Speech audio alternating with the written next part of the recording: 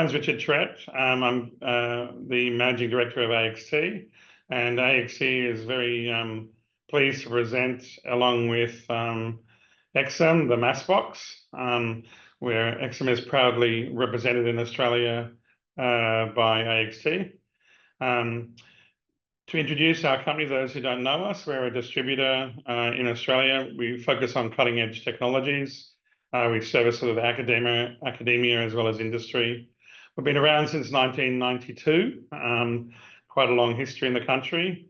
And we have a range of manufacturers, around 50 in total, but ranging from sort of multinationals all the way down to small startups. But we focus quite heavily on new technologies, of which probably around half of what we represent are in the very cutting edge of technologies in their space.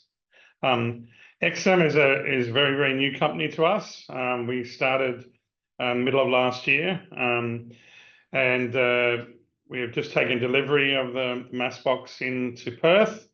Exum is a small company based in Denver, United States. The mass box is a painted laser ablation, laser ionization system, which we will undoubtedly hear more of shortly. Fergus Keenan will be presenting that on behalf of Exum. Fergus is the Western Regional Sales Manager for Exum Instruments. He possesses a wealth of experience and depth of experience in atomic spectroscopy, laser ablation, ICP-MS, the materials research, materials characterization background, as well as geochemistry and life sciences. He has a history working with Thermo Fisher and Danaher Corporation before joining Exum about 18 months ago. Is that right, Keenan? Fergus? More recently than that. It was actually just June of last year. Okay. So I'll now switch over to Fergus, who can take control and broadcast his presentation. Fantastic, thank you. I really appreciate the opportunity. Before we go on, if anyone has any questions, I think we're going to use the type in the chat option. So if you can please type any questions into the chat, and I'll try and read them out at the end of the presentation, based on what we get from you guys. Oh, good evening, everybody. Well, I say evening. It is 8 p.m. here on Tuesday night in Denver, Colorado, and I know that you're all in the future on Wednesday. It's a balmy 0 degrees Celsius here in Denver, a good 36 degrees below Western Australia. So I hope you're enjoying your summer weather. We're certainly enjoying our ski season here, and I'm thrilled to be able to talk to you all about the mass box from Exum Instruments. So just a brief agenda as to what we're going to cover in this webinar. So I'll set the scene by describing what laser ablation, laser ionization, time-of-flight mass spectrometry is, LALI-TOF-MS. And I'll talk about the modalities briefly of the LALI-TOF-MS system, the mass box for quantitation, rapid screening, elemental mapping, and depth profiling. And then I'm just going to go through a range of applications in the geochemical and industrial space, illustrating the various operational modalities with samples that we've come across in recent years as we've been promoting the mass box in industry and in geochemistry in general. The mass box is quite a different type of mass spectrometer on the market, a laser ablation mass spectrometer.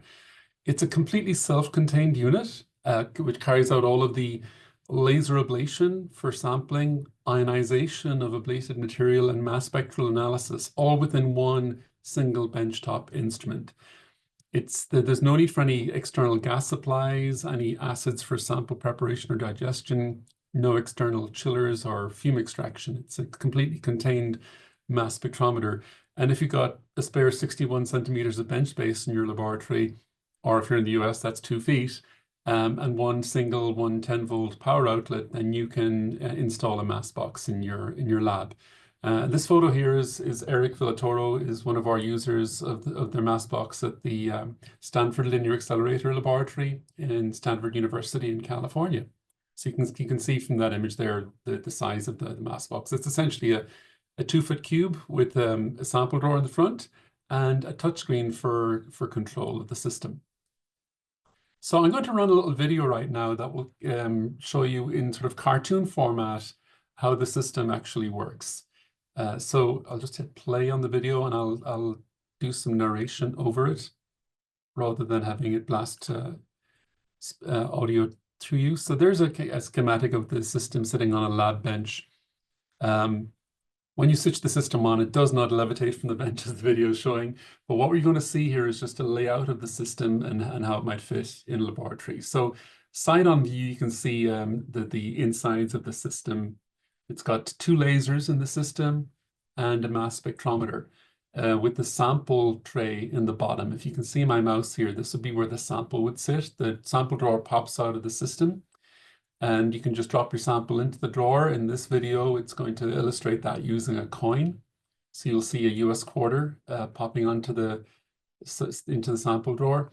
A camera comes out of the top of the system and takes a photograph of that. And that macro image is used for navigating on the touch screen. So you can actually draw your laser ablation patterns onto the sample. When the drawer closes, the initial incident laser ablates material from the sample surface. And that material is excited and ionized by a secondary laser. And those ions then are extracted into the time of flight mass spectrometer, where the ions are separated based on their essentially time of flight to the detector. This is a simultaneous measurement of every single ion in the periodic table. So it's a simultaneous multi-element technique capable of analyzing virtually any solid material in milliseconds, essentially.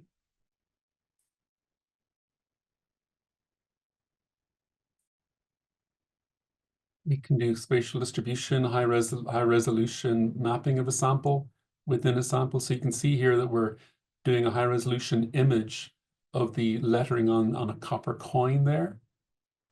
And so it's essentially a system for solid sampling at high resolution. We'll go through some of the modalities now of the system. So first of all, laser ablation. We have a 266 nanometer laser that ablates the sample in a vacuum environment. That's critical.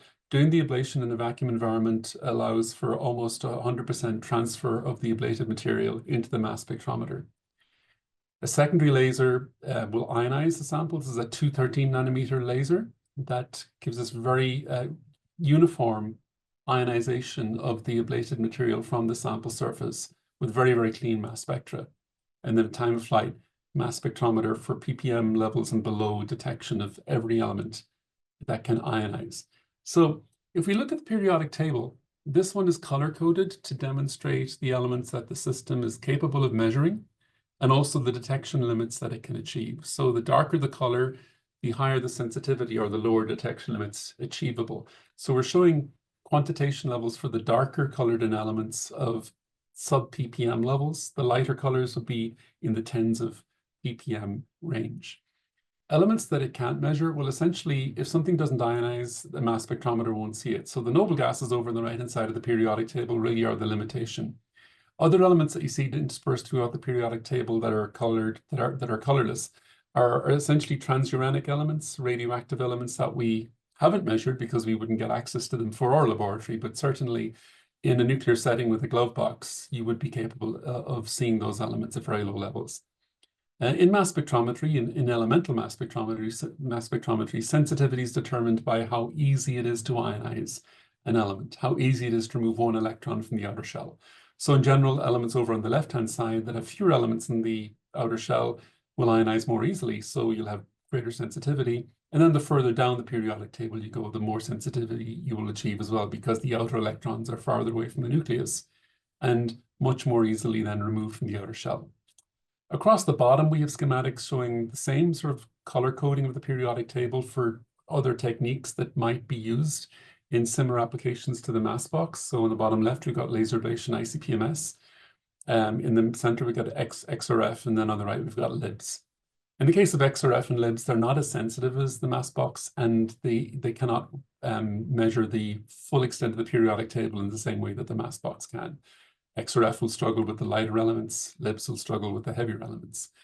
In laser ablation ICP-MS, you would struggle to see things like atmospheric gases because the ionization source is at atmospheric pressure. And you'd also struggle to see things like chlorine and bromine and iodine. So move on. So what can we do with the mass box? We can do full quantitative analysis of virtually every element in the periodic table. So from parts per billion levels up to 8% levels, including the very light elements. Lithium is one of the easiest elements for us to measure. We can do rapid screening of a sample for fingerprinting or rapid automatic elemental identification or characterization of a sample. So you literally just put a sample into the system, ablate it, and you immediately get a full mass spectrum of everything that's present in that sample. We can do mapping. So we can traverse over the sample surface, firing the laser, and every time the laser fires, we can get the full periodic table at that particular spot. And we can then build up a picture of the sample in 3D as we go deeper and deeper. And each individual pixel in the images that we show here would correspond to all the elements in the periodic table that we can measure in a single shot. So we can build up high resolution images with the resolution down to 5 microns and up to 150 microns, depending on the spot size that we select. We can also repeat our analysis over and over on a sample surface, getting deeper and deeper into the sample, and allow us to overlay then the maps that we can do to enable us to get information, not just in a two-dimensional manner over the sample surface, but also three-dimensional as we get deeper and deeper into the sample. So we can do nanometer level depth profiling into a sample, in addition to micron level resolution mapping over the sample surface. So those are the 4 modalities that the system is capable of operating in. We're going to go on now and talk about some application examples. So in order to do the analysis, you got to put your samples into the sample drawer.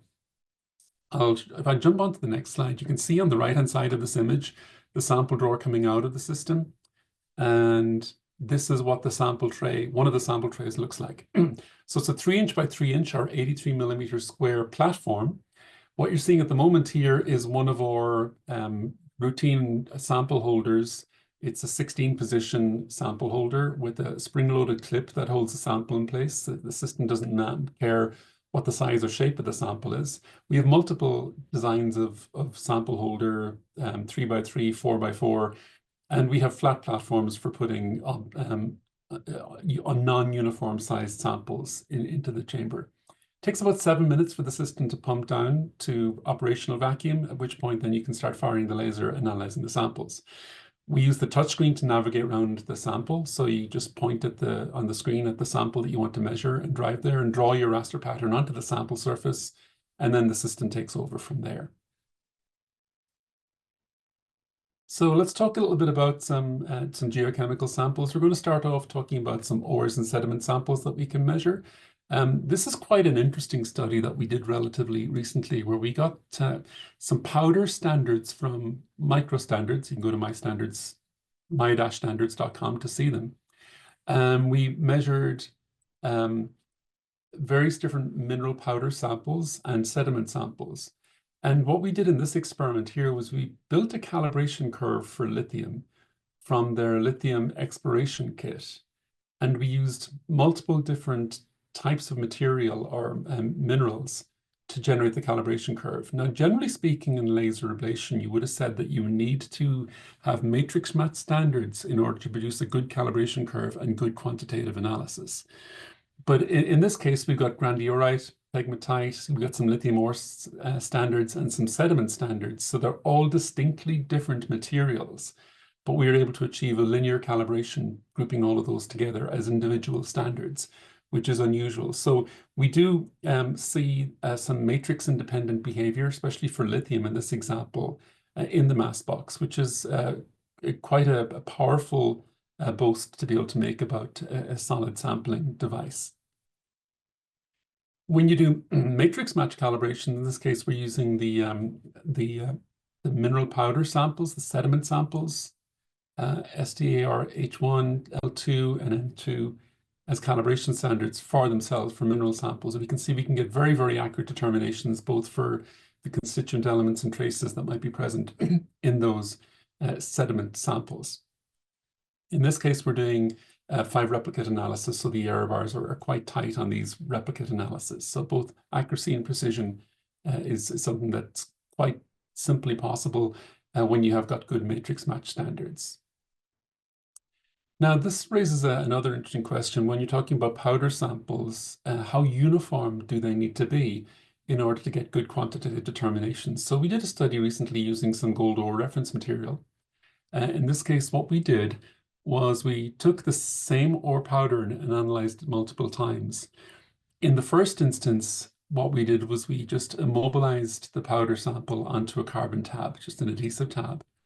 And in the second and third instances, we pressed powder into an aluminum cup. In the middle image here, this sample has been pressed at 5 tons for 3 minutes. And on the right-hand side, we took the same sample and we pressed it into an aluminum cup using 9 tons of pressure for 5 minutes.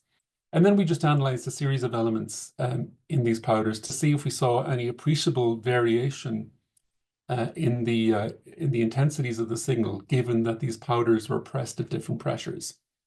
And we're quite happy with the results here. We can see that in this instance, for the major elements, the immobilized sample, the medium pressure, and the high pressure pressed powders gave very, very similar in signal intensities when we measured them. We saw similar behavior for the trace elements that were present in the sample. So it's very encouraging because you might have a situation where maybe one operator might press a sample to a different pressure than another. And so the having some leeway in that is a very good thing indeed. So that's quite a nice outcome of that particular study.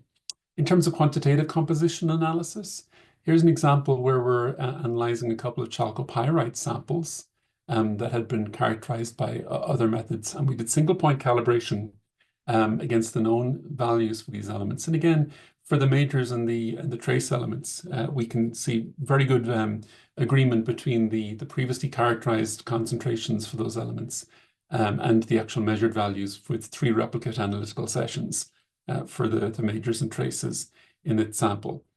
Another thing that you might consider doing with the device, with the mass box, would be materials characterization and compositional analysis. So, for example, in this instance, we can see very high signals for sulfur, iron, and copper. And of course, as a geochemist, you would know that those would be the major constituent elements of a chalcopyrite sample. So that's basically a copper iron sulfide sample.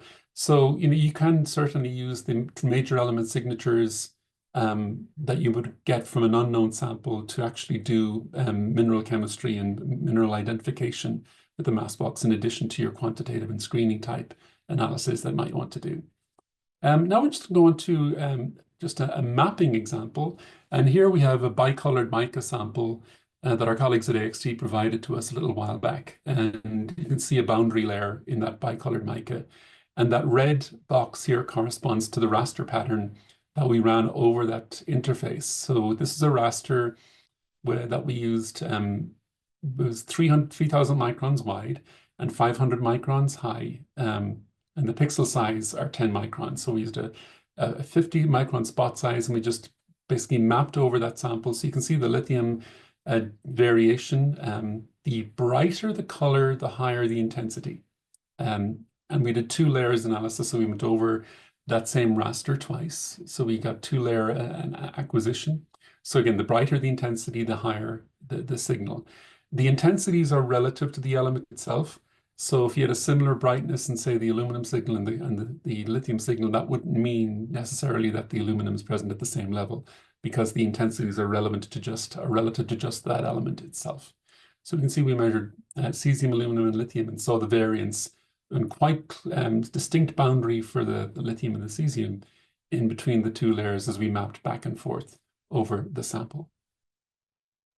Now I'm going to move on to some industrial applications of the mass box. And I'm going to start with some work we did on measuring precious metals in catalytic converter materials. So the recovery of precious metals from catalytic converter materials at the end of life in automotive catalysts is quite a lucrative business and quite an important business. And so what we have in this instance are two identical reference materials for automotive catalyst and an unknown sample. And what we're looking in this instance is just determining the platinum group element content in the unknown and comparing that with the certified reference material. So these are pelletized samples, and you can see on the right-hand side here, this is the image from the Massbox macro camera showing the 3 samples mounted in our 3x3 cell. And so what we do basically is we have certified values for the platinum group elements, and we can scan immediately. We can see the entire periodic table in one single snapshot in the sample, and we can zoom in. And over on the right here, we can see that the platinum zoomed in at mass 195, and then we can see the rhodium and the palladium lower down in the mass spectrum as well. Now moving on to another example where we're looking at high purity rhodium analysis, again in high precious application. So the rhodium material is pelletized, and in this image taken directly as a screenshot from our software, you can actually see the raster patterns drawn onto the pellet in the sample. And what I'm going to do here is run a little video, and it's actually going to demonstrate both the software and the data that we can gather from the system. So I'll just hit play on this video. And so you can see you can zoom in on the sample.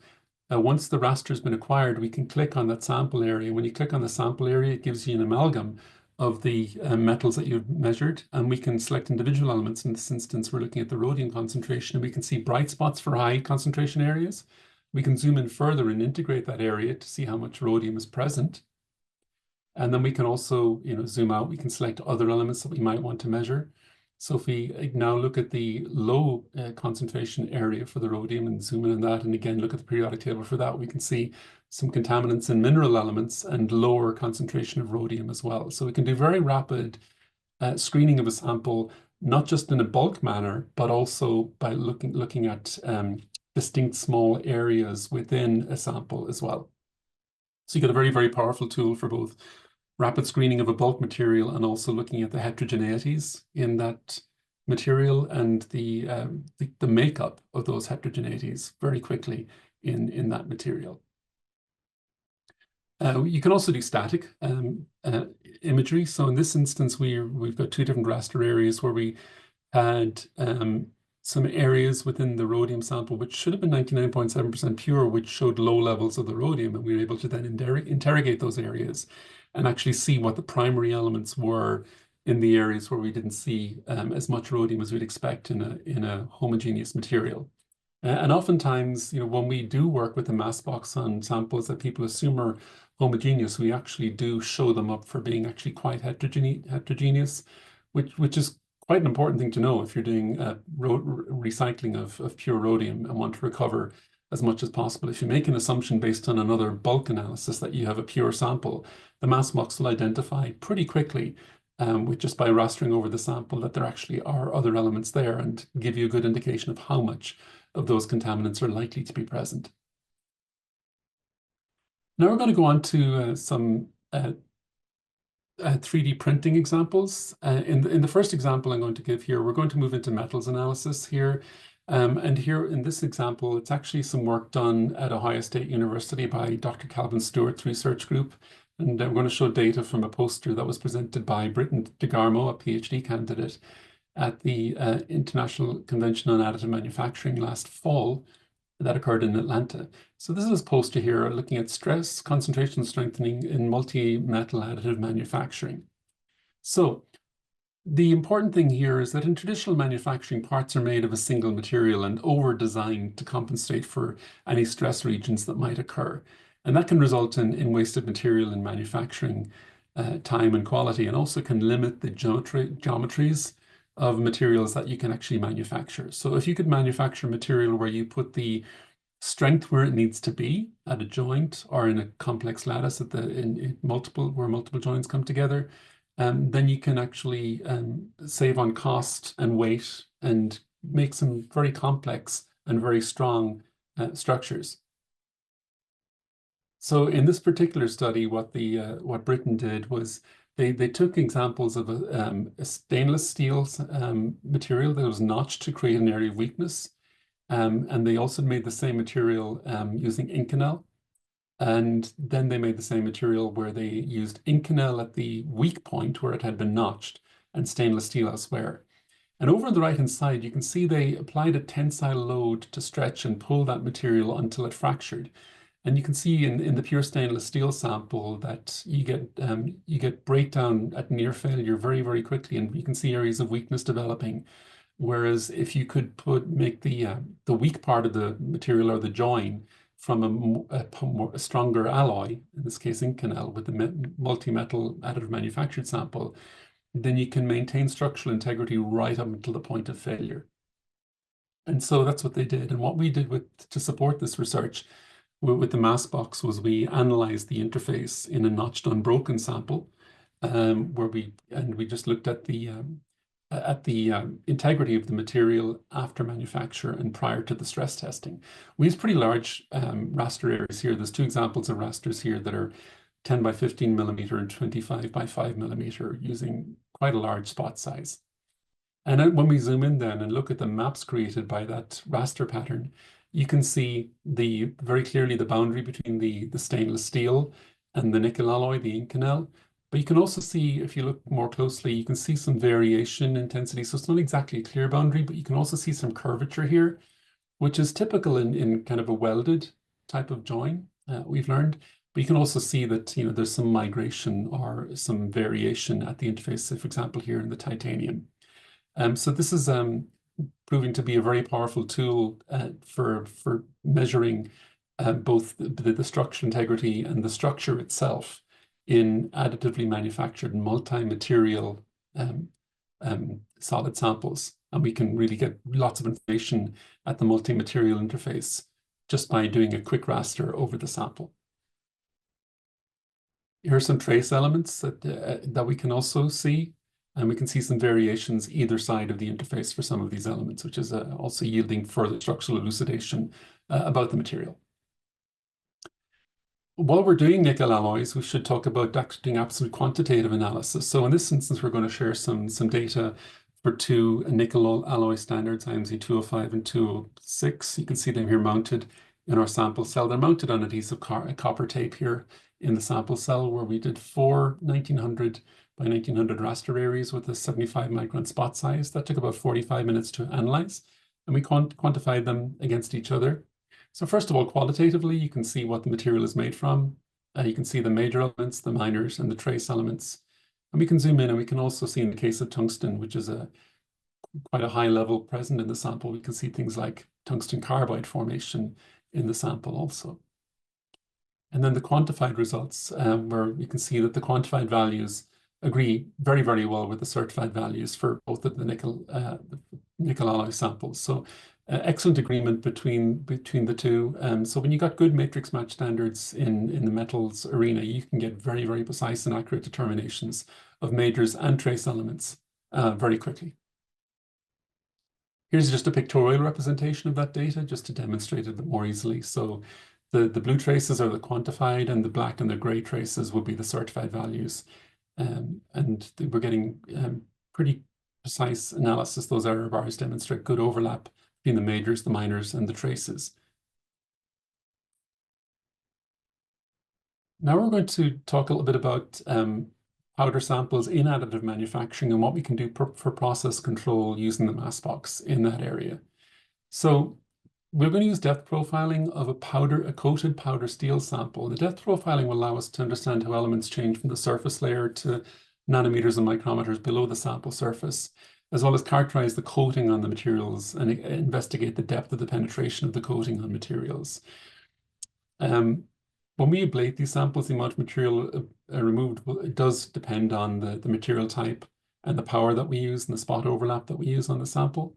So in this instance, we have a powdered steel sample that has been coated with titanium and yttrium. In this schematic here, what we're going to show is multiple layers that we analyzed as we went deeper and deeper into the powdered sample. On the top, we're going to show the yttrium content. On the bottom, we'll show the steel content. And on the surface, because it's yttrium-coated powder beads, we're expecting to see high concentrations of yttrium. You'll notice towards the bottom of the first map here on the top, we can see fairly high and large area of yttrium in the sample. That same area on the iron map shows a deficiency in the iron in the steel sample. As we go deeper and deeper into the sample and peel back the yttrium layer, we see a persistent high signal from yttrium all the way down to our 20th layer into the sample. So we've peeled back all of the yttrium, but we're still seeing quite a large amount of yttrium in the sample at the bottom of the image. And we're still seeing that shadow as we get deeper and deeper. And we see that the iron signal is increasing as we get deeper into the iron material of these coated powder particulate materials. So it indicates that the coating process wasn't uniform. And so we got a sort of a large globule of yttrium forming within the sample, which would be an undesirable in this instance. We can take the data for each of these multiple layers and export them into a visualization package. In this case, we're going to use a Dragonfly software package to actually illustrate this in 3D. And so I'm going to run a video here, and it's going to show you the yttrium in sort of an orangey red color and the steel in a gray color, and the titanium in kind of a blue and gray color as we ablate deeper and deeper into the sample. So the laser will scan over the sample in multiple layers, so we can build up this 3D image. There we're peeling back here, we're peeling back the titanium and the yttrium layers, and you can see the steel at the bottom. And as the image rotates, you'll see the deficient area on the bottom where you got lots and lots of yttrium and then an absence of steel in the bottom here. So that clearly demonstrates in 3D both the uniformity of the coating and the deficiency that we would see. In an ideal world, this is what you should see in a material that's been printed. So a very even layer of the yttrium and the titanium, and then a very even layer of steel underneath. And that would be the desirable effect. And that the quality of that could be impacted by that non-uniformity of the coating. So the mass box is a very, very powerful tool for doing quality control type analysis on powder materials that are used in additive manufacturing or 3D printing. So now we're going to look more into quality control, and again working with steel powder, non-coated this time. And this is very topical. Oftentimes in additive manufacturing, the steel powder in this instance would be reused. So we would use steel powder in a hopper and then reuse it again over and over again multiple times as we do 3D printing of steel components. What we're going to look at now is some data for a recycled sample that had been reused multiple times in additive manufacturing, and a virgin sample that had not been used yet, and then a couple of blind samples that were provided. We also aged samples for 1 month at standard temperature and pressure to see what the effect of aging the sample was.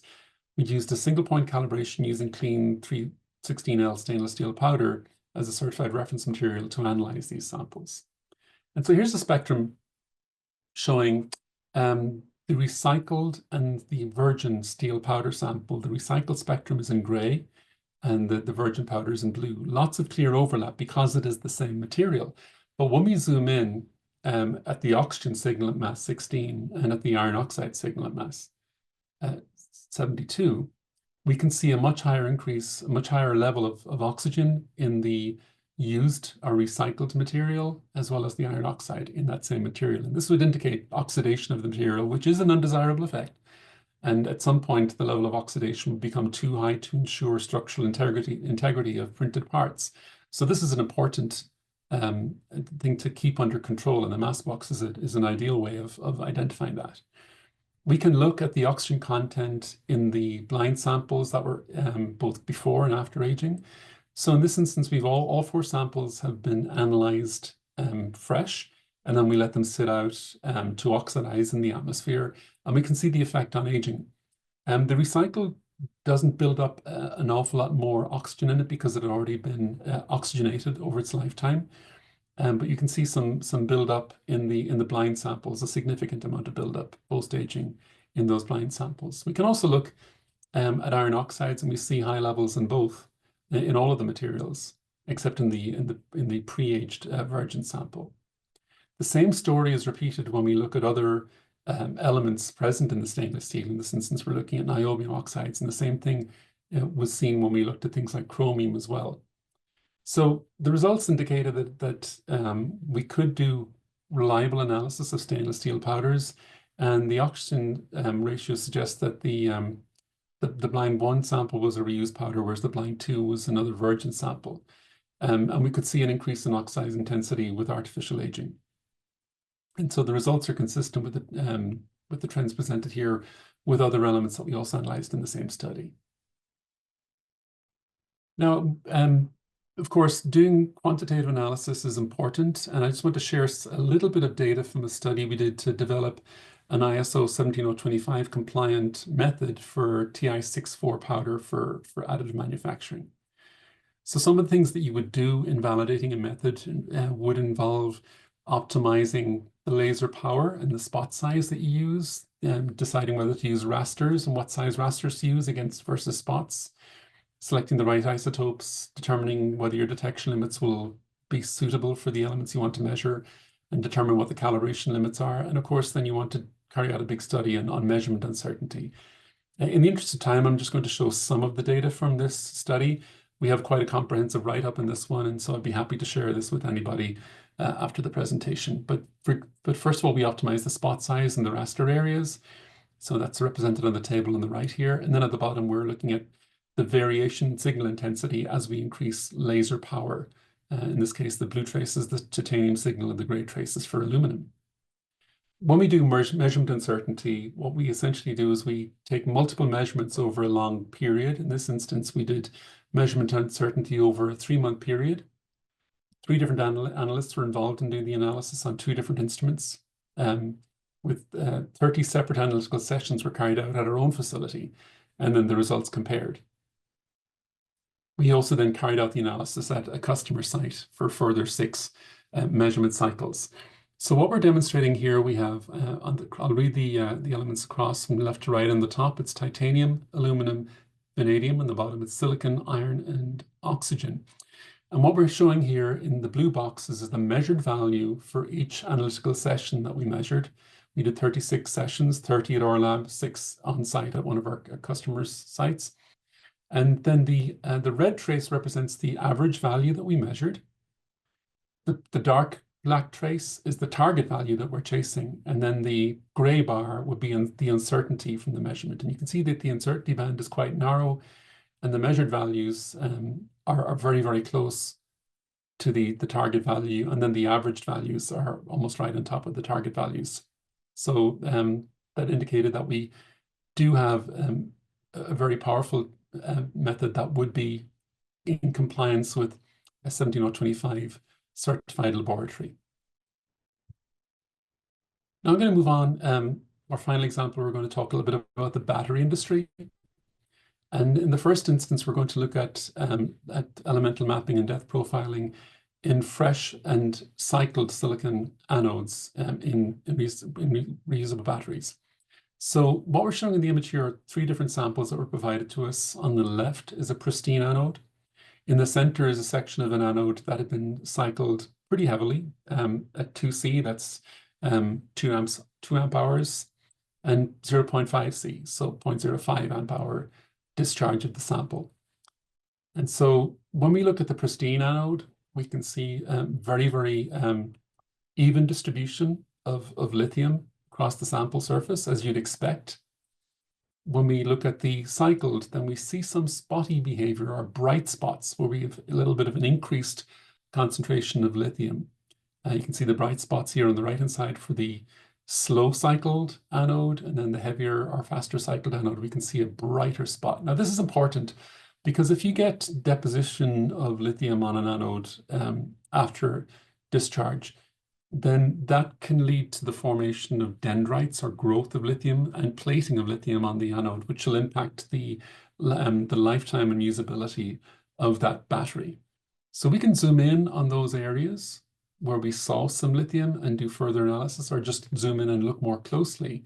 And you can see on these silicon anodes, a little dark area corresponding on the silicon map corresponding to the increased lithium, where we see the beginning of lithium deposition onto the sample.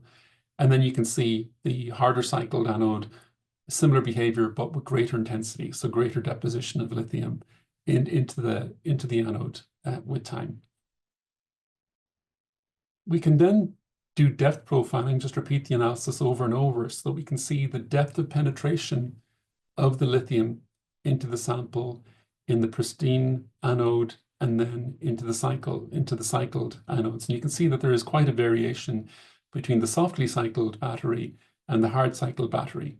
And so this is very important in being able to determine the lifetime you should expect from these materials in batteries.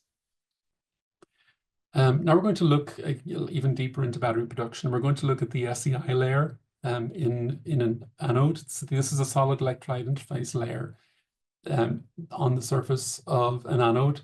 SEI layers in lithium batteries are critical to optimize the battery performance and enhance the life, as well as improving the safety of the battery. And various different scientists within the battery production process would be interested in the performance of a battery in the SEI layer and how it's formed and how it wears in life. So the cell engineers would be interested in how the battery performance and durability is affected by the integrity of the SEI layer. And then this will help them understand about the distribution, and this will enable the production of more efficient and more reliable batteries.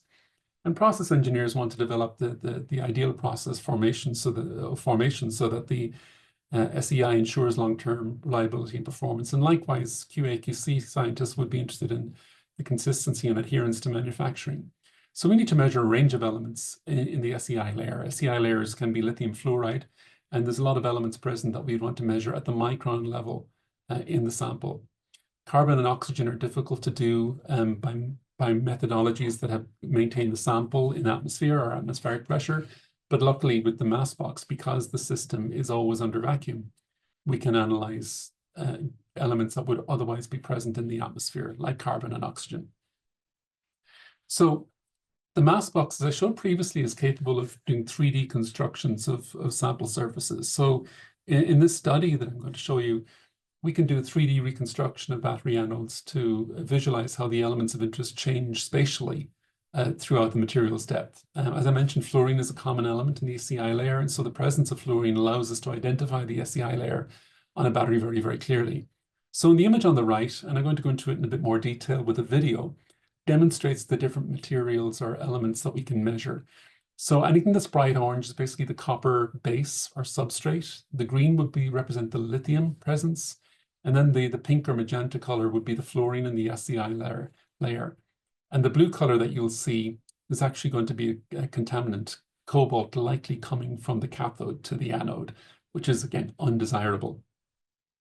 So we have a video here demonstrating how we actually ablated the anode and peeled back layer by layer as we went deeper and deeper with each subsequent acquisition over the sample surface with the raster. And we can then again visualize the elemental distribution over the sample surface. So I'll just run this video and we'll be able to see how all that is illustrated. So again, the green would be the lithium, which we'd expect to be fairly even throughout the sample.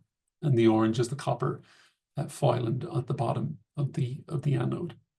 So you'd expect the lithium distribution to be fairly even. When we peel back the lithium, we can see the copper current collector underneath.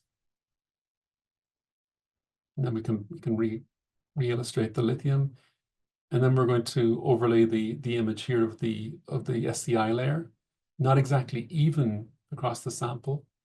And as we look at other elements, we can understand why that is. And so we're going to see momentarily the blue from the cobalt contamination, particular contamination within the anode that we can see. So again, another great example of how the combination of both mapping and repeated mapping over the sample surface can build up a three-dimensional depth profile on a sample, such as a silicon anode sample.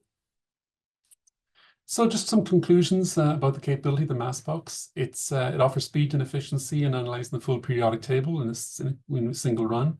Minimum sample preparation required, which will drastically remove sample turnaround times. We demonstrated precision and sensitivity for quantitative analysis for trace and major elements. A high-resolution elemental mapping is very simply carried out on a range of different samples. In geochemical samples, we can do mineral zoning and look at deposit characteristics. And in materials characterization, we can look at both the structure and defects within materials. We've got a very wide linear range from weight percent levels for major elements down to the sub-ppm levels for critical elements. And of course, because we're carrying out direct solid analysis, we reduce preparation costs. And the environmental advantage there is that there's no chemical waste associated with the methodology. It is faster with more comprehensive elemental coverage than traditional methods like ICP, ICP-MS, electron microscopy, and X-ray. We can combine quantitative analysis and elemental mapping and depth profiling in a single efficient platform. It allows for exploration teams to make faster data-driven decisions while minimizing risk and maximizing discovery potential. And we build in simple streamlined workflows where you have minimal sample preparation for fast, cost-effective analysis, which has got value for rapid and high-resolution, accurate mass characterization, materials characterization in both R&D and production environments. So with that, I'll thank you for your attention, and I guess we'll open it up for questions from the floor. Can you hear me, Fergus? I can. Yeah, so I answered some questions as we were going. There's been a couple of questions around the layer thicknesses, and firstly, you had a few different applications, so it's not quite clear which ones they were referring to, but the questions are, I guess, similar in terms of, I mean, firstly, we just address the spot size that you can get within the system, Yep. and then the layer thicknesses. You know, how do you know what the thicknesses of the layers is, and the various experiments, and can that be quantified? Yeah, that's the, I guess. These are great questions. Yeah. So I'll take the laser spot size one. So the smallest spot we can do for ablation is 5 microns, and the largest is 150 microns. And so essentially the highest resolution then you can get from your analysis would be at the 5 micron level. That will vary slightly material to material. Materials that absorb UV light very, very efficiently will allow us to get very, very fine ablation. Materials that might be a bit more reflective, we get a less even and ablation. So the smallest spot size might be a bit larger. In terms of penetration depth, we're looking at sort of tens of nanometers per pass into the sample. And that again varies from sample to sample. What we do in-house to characterize how deep we're going into a sample is that post-analysis, we'll take the samples and we'll put them into our Keynes laser microscope, which will allow us to then do very, very accurate measurements of how deep we've gone into the sample. But it does definitely vary from sample to sample. So that would mean that if you took 10 layers, you took a measurement, you just divide it by 10 and make an assumption that those layers were reasonably even. Is that the case? Absolutely. And then, you know, generally we find that our customers know their own materials pretty well, and they have tools that allow them to visualize, whether it's optical or laser microscopes or other means. And, you know, it really depends then on how important it is for you to characterize in maybe a multi-layer material how deep you're going into each layer. Because again, if you have a multi-layer material, the layers will have maybe different chemical characteristics or different behaviors under the laser. So you could make a choice to do a raster over sample surface at a certain efficient power and spot size, and then measure the depth taken in the first layer, and then repeat an ablation, and then go back and measure. And that would be more intense characterization of the ablation process. But if you're happy to just do multiple ablations in similar material layers and then measure the whole lot and divide by the number of passes, and that's quite a valid approach too. Okay. I think we had one question that came up initially that I unfortunately deleted. Yeah, okay, so one person has had to go, which was, yeah, just I think it was the range of material, but I think I answered that myself, which was just, you can do from small traces through to major, 100% in the one pass, right? And then that trace level depends on the detection numbers, very much depend on the element, and it ranges from high ppbs through to tens or hundreds of ppm for certain. You can get right up to weight percent levels in So you can look at the major components of an alloy or a mineral while also being able to look at the trace elements at the sub ppm level, depending on how easy that element is to ionize. And the sensitivity of the system for the trace levels comes down to how much laser energy you use, how big of a spot you use, and how easily that material ablates, in addition to how easily ionized the element you're trying to measure would be. So for example, the system will be far more sensitive for maybe lithium, magnesium, or sodium than it would be for maybe chlorine over on the right-hand side of the periodic table. So chlorine will be up in the ppm level sensitivity. The lithium would be down in the sub ppm level sensitivity. Okay, and maybe look, I can open that up to if anyone wants to ask any more questions or even speak. I'll see if I can how I open the mic to everybody. Oh, sorry, I'm just seeing if anyone else. Another one's popped up here.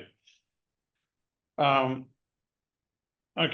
can you see that the last Steve Reddy's question? Steve's asked, what's the mass resolving power of peaks in the MQ spectrum? How do you deal with Yeah. mass interferences? And does laser ionization lead to a range of changes of state? And how much does this complicate the interpretation? Yeah, all great questions. So the resolving power is in the low thousands, so up to 3,000 resolving power. So the great thing about time of flight is that you do get very efficient separation of masses, more so than you would get with a quadrupole mass spectrometer. So identifying the peaks is the simplest it possibly could be. In terms of mass interferences, the nice thing about carrying out your mass spectrometry, your elemental mass spectrometry under vacuum, is that you don't get many interferences. So the only equivalent mass spectrometer for elemental analysis would be ICP-MS, which can be both a solution or a laser ablation-based technique, depending on how you do your sample deduction. And so you will create molecular interferences based on atmospheric gases, and if you're doing solution-based analysis, the content of your solution, whether it's usually an acid. And so you'll create moleculars that will overlap the elements of interest. That's massively reduced in the case of the mass box because the analysis is done under vacuum. So some of the contributory elements that form molecular interferences, such as oxides, moisture content, and nitrides, are not prevalent because we're operating under vacuum, and we do pump the system down for 7 minutes at the beginning of the analysis. We can get some elemental overlap where you could get combination of major elements forming some moleculars that could potentially overlap with elements you might want to measure. Generally speaking, that's at a very low level and is easily resolved. But the benefit, again, in the elemental mass spectrum is that most elements have multiple isotopes that you can measure. So we can do alternate isotopes to avoid interferences. But you can also do mathematical corrections to subtract out interferences. But the nice thing about this approach in running under vacuum is, again, you've got minimal interferences compared to atmospheric pressure mass spectrometers. And then the laser ionization, we use multi-photon, two-photon ionization of the elements to achieve singly charged species. But yes, we can get some doubly charged species from major elements. And again, we will generally use alternate isotopes to avoid doubly charged species that we might see, in addition to doing, if necessary, do a mathematical correction for that. Okay, so looks like another one. Oh, another couple. Are you seeing these first? Yes, is phase or chemical compound mapping possible, or only an element mapping? It is better at elemental mapping by isotope than it is for chemical compound mapping. And the reason for that is that a combination of the laser ablation process and the laser ionization process, we're really trying to break the sample right down to the atomic level. And so the system is optimized for atomic species that we're ionizing.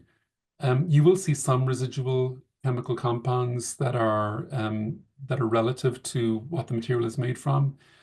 So you could potentially do some compound identification in your maps. You need a fairly high level of energy to ionize the species that we're measuring. And so if you get deposition, and you will get deposition at the entry orifice in the mass spectrometer, you have to work very hard to ionize that, where the laser is optimized for ionizing the ablation cloud. So that's part one. So you won't see much in the way of contamination. What we generally do between runs, when we open the sample drawers, we'll wipe the interface with a lint-free cloth, which is usually sufficient to overcome any memory effects that we might possibly see. It is possible to get secondary ionization for ion striking material on the entry orifice. And then the other thing is the entry orifice in the mass spectrometer is held in place with two thumb screws, and we provide two with each system. So you always have a spare handy that you can keep clean. And so in a matter of a couple of minutes, you can swap out that entry aperture very quickly for a clean one. But the memory effects are not significant, certainly nowhere near what you might see from maybe the plasma torch in an ICP-MS. I think that ends our questions. So unless we have any others, or if anyone wants to raise a hand if they've got any other questions, I can. I think that's the end. That's the end of our questions. So hey, thank you very much, Fergus. That was fantastic. If anyone would like to have any further questions, please feel free to contact us. As I mentioned earlier, we have a system currently arrived in our office in Perth at the AMI, and we're going through the the local training about next week, I believe. We also have a demo system, like a shell system, in at the APMC in Queensland next week. So if anyone wants to drop by, they can come and see what the system looks like.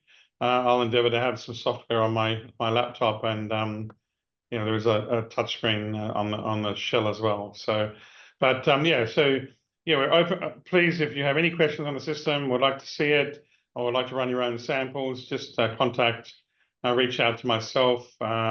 Melissa Narby, who's from our Perth office, is going to be the product manager for this. So if you know Melissa, you can also reach out to her.